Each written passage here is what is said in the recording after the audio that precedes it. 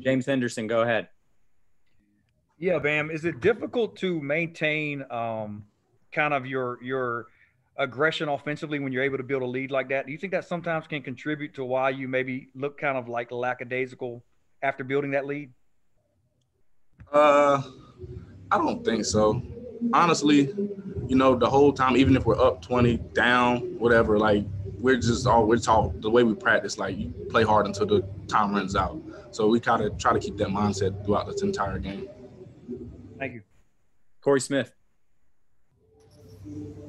Bam, how difficult was it to get going early in this game? So obviously you ended up coming away with 2 touchdowns in this one, but it seemed like the running lanes weren't as wide open as they were against maybe Wake Forest or at times against Virginia Tech in that game as well.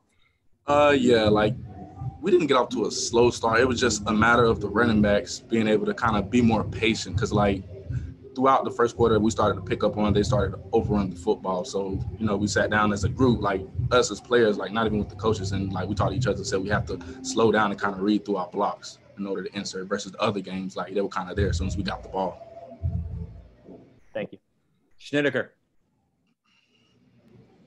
How big was it for you guys as an offense to see in the second half when you guys were kind of struggling to move the ball a little bit for the defense to keep picking you guys up with getting stops and forcing turnovers and doing what they did? I would say that was like extremely big for us because, like you said, we got off to a bad start in the second half, just not being able to move the ball, running or passing. So especially that play with the lean, that was the big motivation for offense. Like after that, everybody's talking, let's go. So that played a huge factor in us just being successful offensively in the second half. Rob McLean.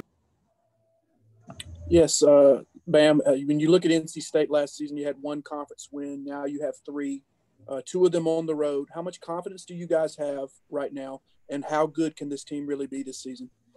We have tremendous confidence, and I think we can be truly topping the ACC this year. I think we could have did that last year. It was just a matter of this year just having true leadership, not guys that when they play good, they wanted to lead. This year, even if they're not playing anything like that, they're still trying to lead and motivate players when they're on the field, even on the practice field. And I think that's the difference between this year and last year.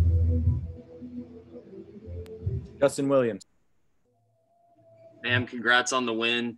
Multiple times today, it looked like it took the entire Virginia defense to take you down on some of those runs. What goes on in your mind when you have those situations and just play until the whistle? That just came from high school. I came from a wing T offense. So, we were taught throughout my whole entire career to just run your feet through contact. And I think that's kind of stuck with me because, we've done that for 4 years throughout high school. So that's still the kind of mindset I have. So, Coach Dorn this week, he was talking about getting yak yards after contact. So that's something we strive on doing to Virginia this week. Thank you. And the last question for Bam will come from Friedlander. Bam, you had 184, I believe, in the air, 179 on the ground today. How is that the kind of balance that you guys are looking for moving on to just about equal between passing and running?